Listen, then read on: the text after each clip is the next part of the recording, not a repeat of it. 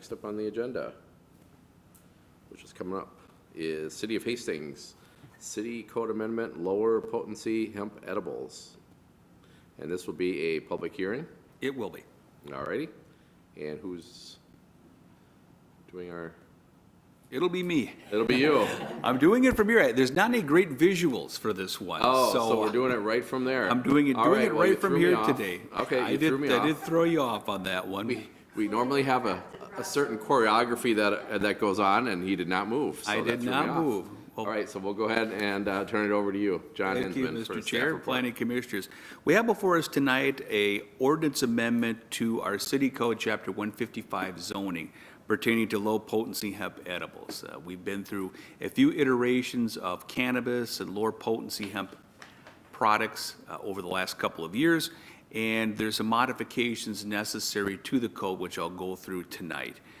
This is stemming from action we took back on December of 2024, in which we voted to amend the code to have new regulations for cannabis and then to clarify what was lower potency. At the time before that, we did not have regular grade cannabis considered under the code, and we were providing that differentiation at that point.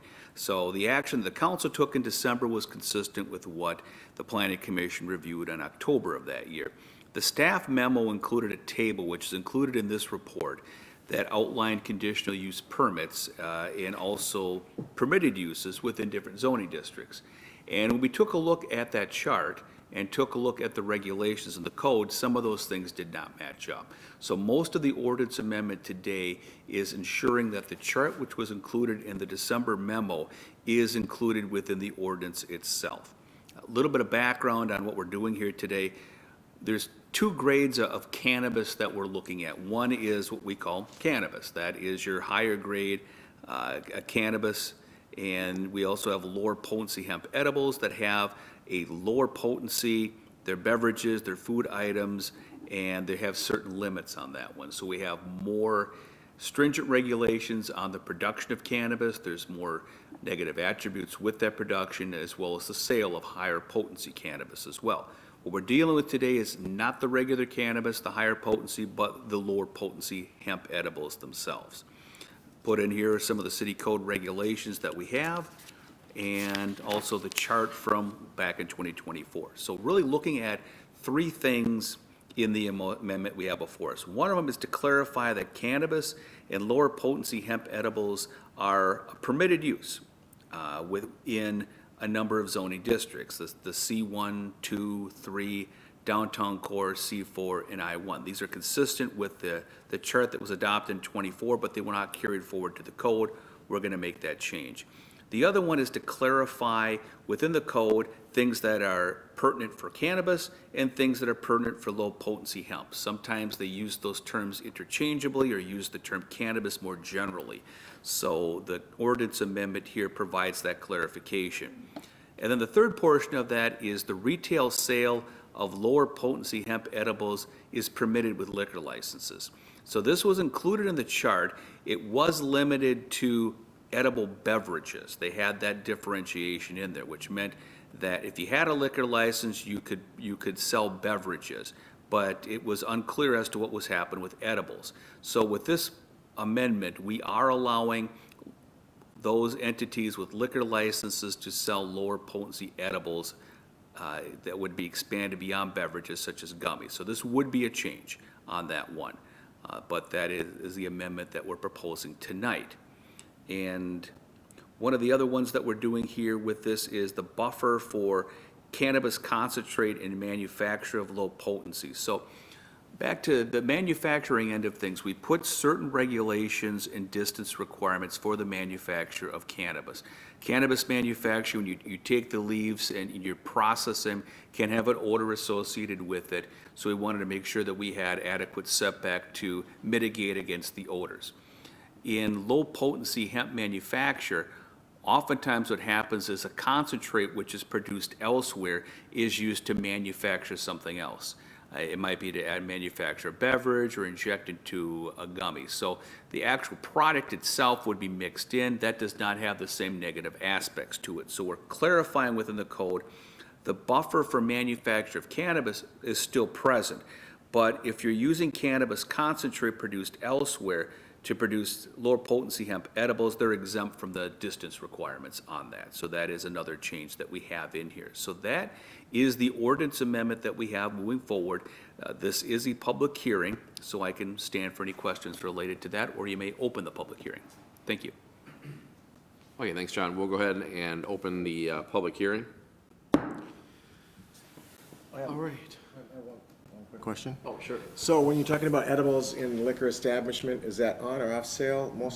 Both. Both it is, okay. Yeah. Perfect, okay. And I have a question too, do you want me to reserve it for after the public hearing? Yeah, we can just do the public hearing and then we'll open it up to questions. Okay, public hearing is open. Anyone on Zoom, first of all? Nope. Nope. Okay, do you wish to speak at all? It's up to you. You can if you want to. Nope. Okay, no problem. All right. So we will go ahead and close the public hearing and open it up to commissioners for your questions, comments, et cetera. All right. Commissioner McGrath. Thank you for the report. In the table, I just wanted to clarify the Ps in the CUP. Is that conditional use permit and permit? You got it. Yeah, Okay. permitted use and conditional use permit. Okay. Correct. And then what triggered my question is actually on the other proposal that we're going to hear, it's referenced as a special use permit. And I just didn't know if they're used interchangeably or what the difference between the special use and the conditional use in this instance are. Fair question on that. They're used interchangeably here. Okay. When we are adopting our new zoning code, we'll use the term conditional use permit. That's the more generally accepted term. But our history in Hastings is to use special use permit in lieu of conditional Yeah, use I permit. thought I remembered that, but I just want to clarify. Thank you. Sure. All right. Commissioners, any other? All right, Commissioner Sweeney? About like the, oh my goodness, 155.07 topic 3E, like the exception. So it says that it's use of cannabis concentrate in manufacturing is exempt from the distance restriction, but in my brain, the only distance restriction I think it would apply, should apply to really is Part D. Does the statement E mean that it is exempt from all 4 location? Yes, it would Okay. be exempt from all 4 of those up there. Maybe that should be. Like, From because distance, this E yeah. seems the most related to Yeah, manufacturing. That could be better stated. I agree there. I'll clarify that as to what's applicable. And my intent is that the distance requirements for all of these in number 2 would be exempt. Okay. Is that standard to have those types of exemptions for liquors, like THC liquor beverages in other cities? Or is that something that would be more unique to Hastings, to not have any distance requirements on sales of low potency beverages? Yeah, the one distance requirement that would remain in there would be the 500-foot requirement, distance requirement between facilities. That would still be in place there, and I'd clarify that one. We do have that for low potency hemp, other types of entities in there. But when you look at, and it's not included in this amendment, but it is in the text elsewhere, that the lower potency hemp edibles are exempt from these other requirements, but for that 500-foot requirement between facilities. Okay, thank you.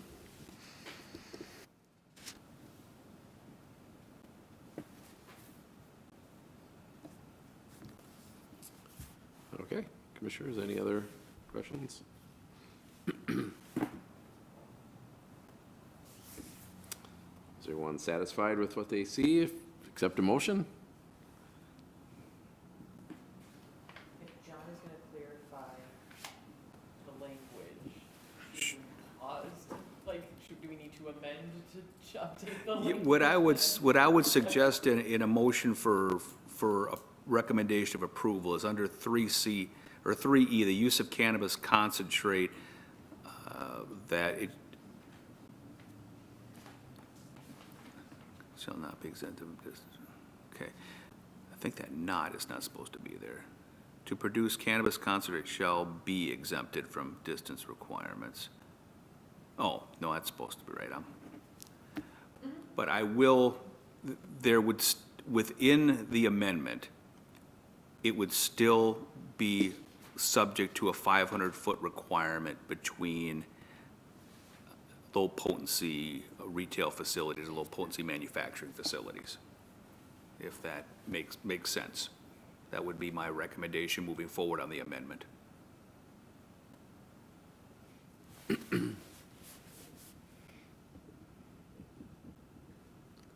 Does that help? It does. I need to think of how we word this. That's okay. I'll let you think. Commissioner DeMommer, do you have Yeah, something? I do have a question. Go ahead. If you don't mind. And forgive me for being new, but I'm going to learn something right now. It mentions a security plan must be submitted to and approved by the chief of police to address security issues. Has the security plan been submitted? Yeah, Commissioner, we'll get into that in the next portion with the Okay. application itself. but Okay, thank you. we- I was we have just wondering received if we one. could flesh that out a little bit. Yeah. Thank you.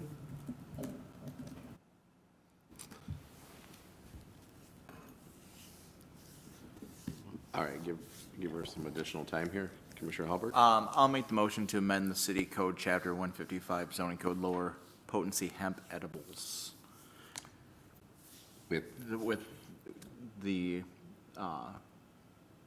review of the language that John was going to check into. Yeah, so subject to the Thank 500-foot you. distance between low potency. yes, Okay, and that would be subsection 3? 3E. 3E, correct? 155.073.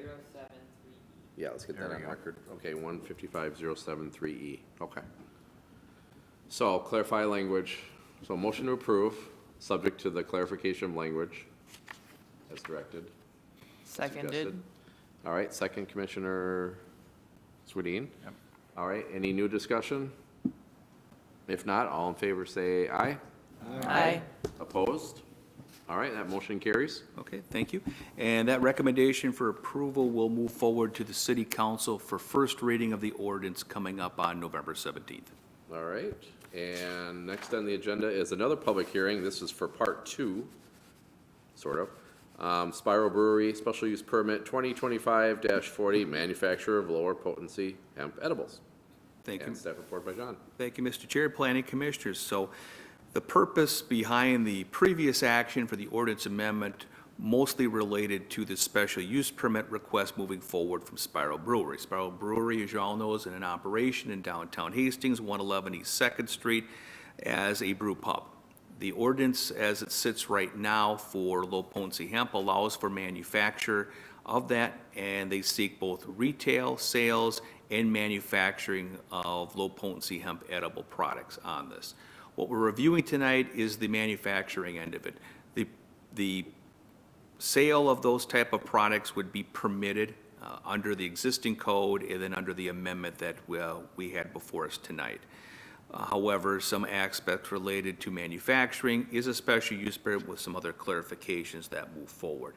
So we did have a notification hearing go out on this one to everyone within 350 feet of the facility. Have not heard any comments back from the public on this one. Property is zoned mixed use, guided mixed use in the comprehensive plan. Being in the downtown area, it's surrounded by other commercial uses and then residential uses on the second floor of the buildings downtown. Their special use permit as a brewery tap room has been in existence since 2017.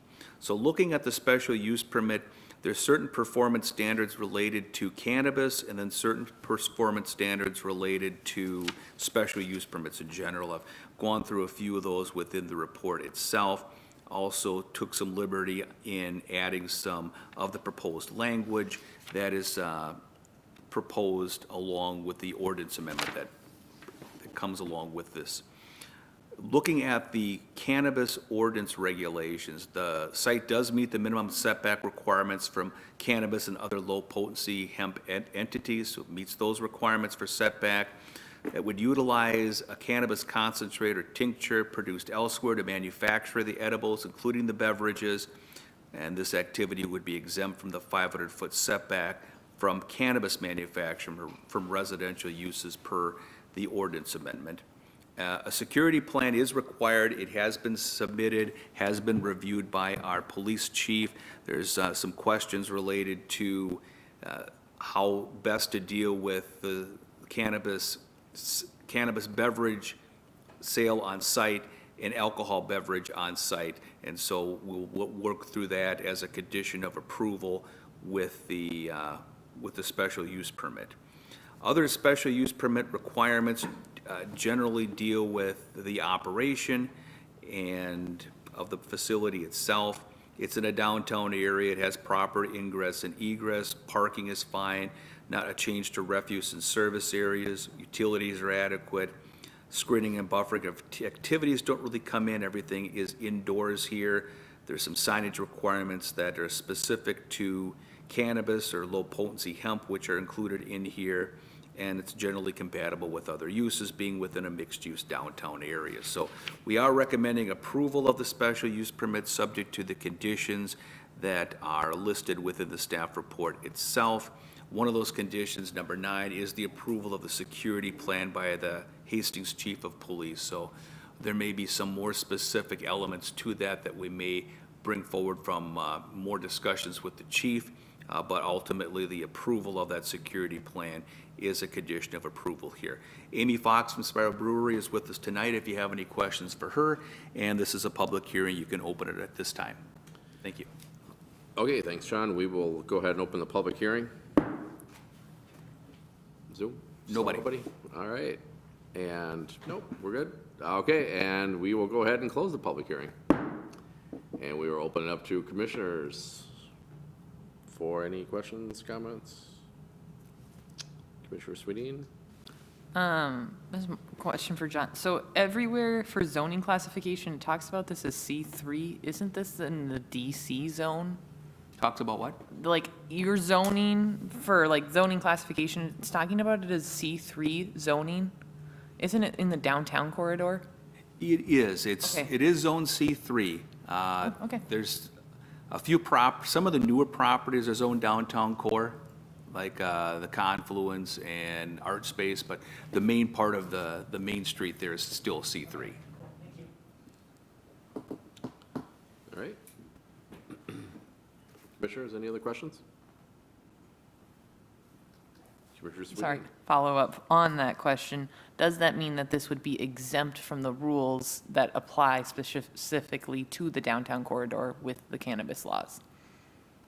Oh, you mean as far as the distance requirements? Right. No, those would still be in place because that's not specific to a zoning district. It's Okay. specific geographically to being east of Vermilion and I think north of another street. I thought there was one of our cannabis rules was that like the downtown corridor door was going to be exempt from the 500 feet spacing. So like, right, multiple bars hypothetically Yeah. could have, is that not true? Yeah, when we take a look at cannabis retail uses, it says cannabis retail uses located east of Vermilion and north of 4th Street, west of Bailey, in the downtown core or C3 district. So it would include both of those. That's under, I think, exceptions to distance 3C.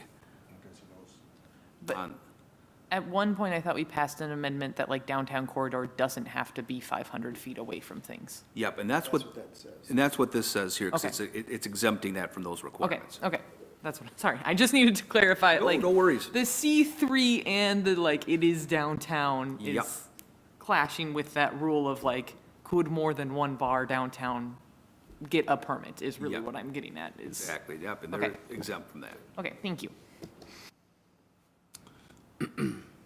All right. Commissioners, any other questions, discussion? Commissioner Halbert? I have a question for the applicant. Besides beverages, are you guys looking to produce any other type of product for sale? You can make it official and step up here and somebody's using it. Hi, thanks Hello. for having me. As of right now, we're really just focused on beverages, manufacturing. I don't want to close the door on edibles because that does fall under our licensure by the state, but really it's mainly beverages that we're looking at. Okay, all right, thank you. Commissioner Mose.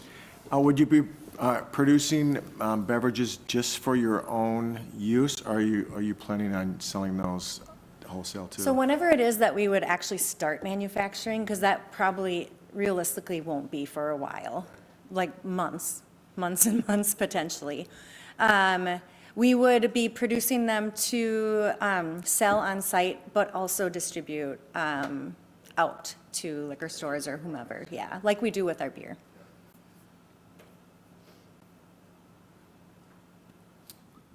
All right, she is ready for any further questions. Anyone have any more questions? Yeah, Commissioner if I Palmer. could just follow up on the security piece. If, I don't know, John, is this up to you to answer, or Amy? We're talking about approval of the security plan by the Hastings Chief of Police, and I'm assuming that one has been submitted. Is this the type of security plan that you would use at, say, a liquor store, and it's the same type of proposal, or how does that work, please? Good question on that. I know specifically under the cannabis legislation, they require a security plan. I think that's part of the state statute language that's been carried down through our ordinance itself.